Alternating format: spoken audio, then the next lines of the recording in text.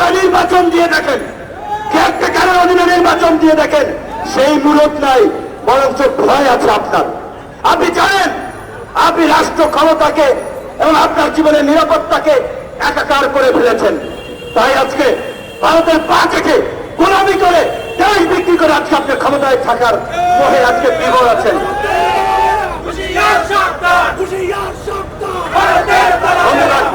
অনেক কথা মনে হচ্ছিল, সময় সংক্ষেপের কারণে কথা সংক্ষিপ্ত করতে হবে। বাংলাদেশের রাজনৈতিক হত্যাকাণ্ডের মধ্যে ৭৫-এর যে বঙ্গবন্ধুর যে নির্মম হত্যাকাণ্ড, সেটি নিন্দনীয় ঘটনা।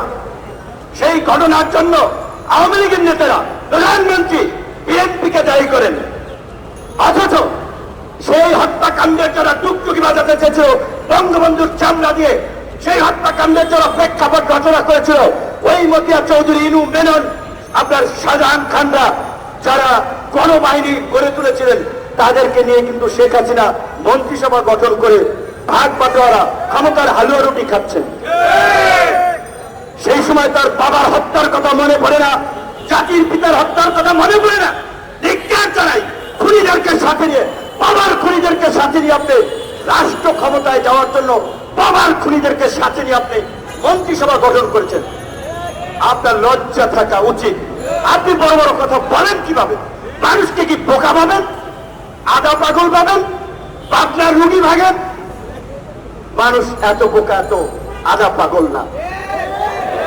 এবং আপনারা যদি একটা বিষয় লক্ষ্য করেন, ভারত সহযোগিতা করেছিল বঙ্গবন্ধু শেখ মুজিবুর রহমান ইন্দিরা গান্ধীকে প্রথম দেখায় বলছে আপনার সৈন্যরা কবে যাবে। কারণ বঙ্গবন্ধুর কাছে ততক্ষণ মেসেজ এসে গিয়েছিল, মার্কিন যুক্তরাষ্ট্র বলেছে ভারতের সৈন্য প্রত্যাহার না হলে বাংলাদেশকে স্বীকৃতি তারা দিবে না। সৌদি আরব একই কথা বলেছিল। নানান প্রেক্ষাপটে ভারত তার সৈন্য প্রত্যাহারে বাধ্য হয়েছে। এটা কি শেখ হাসিনার কৃতিত্ব? এটা কি আওয়ামী লীগের কৃতিত্ব? এটা আন্তর্জাতিক জিও পলিটিক্সের প্রভাব এবং বাংলাদেশের দৃঢ় অবস্থান, মুক্তিযোদ্ধাদের কৃতিত্ব। মুক্তিযুদ্ধ যেভাবে বলা হচ্ছে বঙ্গবন্ধুর ডাকেই মুক্তিযুদ্ধ হয়েছে, বঙ্গবন্ধুই যুদ্ধ করেছেন। বঙ্গবন্ধু তো 25শে মার্চের পরে পাকিস্তানের কারাগারে বন্দী ছিলেন। সেই মুক্তিযুদ্ধ যারা পরিচালনা করেছে, এইখানে যারা অস্থায়ী সরকার গঠন করেছেন, জাতীয় নেতৃবৃন্দ, সম্মিলিত ভালো মুক্তিযুদ্ধ তারা পরিচালনা করেছেন। এই দেশের ওই রিক্সাওয়ালা কৃষক, গামছা মাথায় দেওয়া শ্রমিক, আপনার লুঙ্গি কাঁচা দেওয়া সাধারণ মানুষ, তারা কাঁধে কাঁধ মিলিয়ে মুক্তিযুদ্ধ করেছিল। আমরা দেশ স্বাধীন রাষ্ট্র পেয়েছি।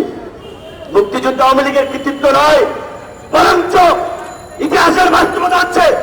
আওয়ামী লীগের অনেক নেতাই বলে কলকাতায় সিনেমা দেখতে গিয়েছেন, তাস খেলছেন মুক্তিযুদ্ধের সময়, আর মুক্তিযোদ্ধারা মুক্তিযুদ্ধ করছে।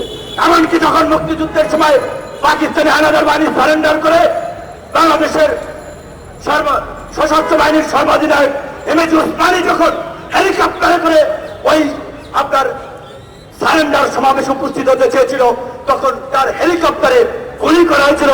সেই হেলিকপ্টারে ছিলেন ডাক্তার জাফরুল্লাহ চৌধুরী। আপনাদের মনে আছে থাকতে তিনি অনেক কথা বলেছেন।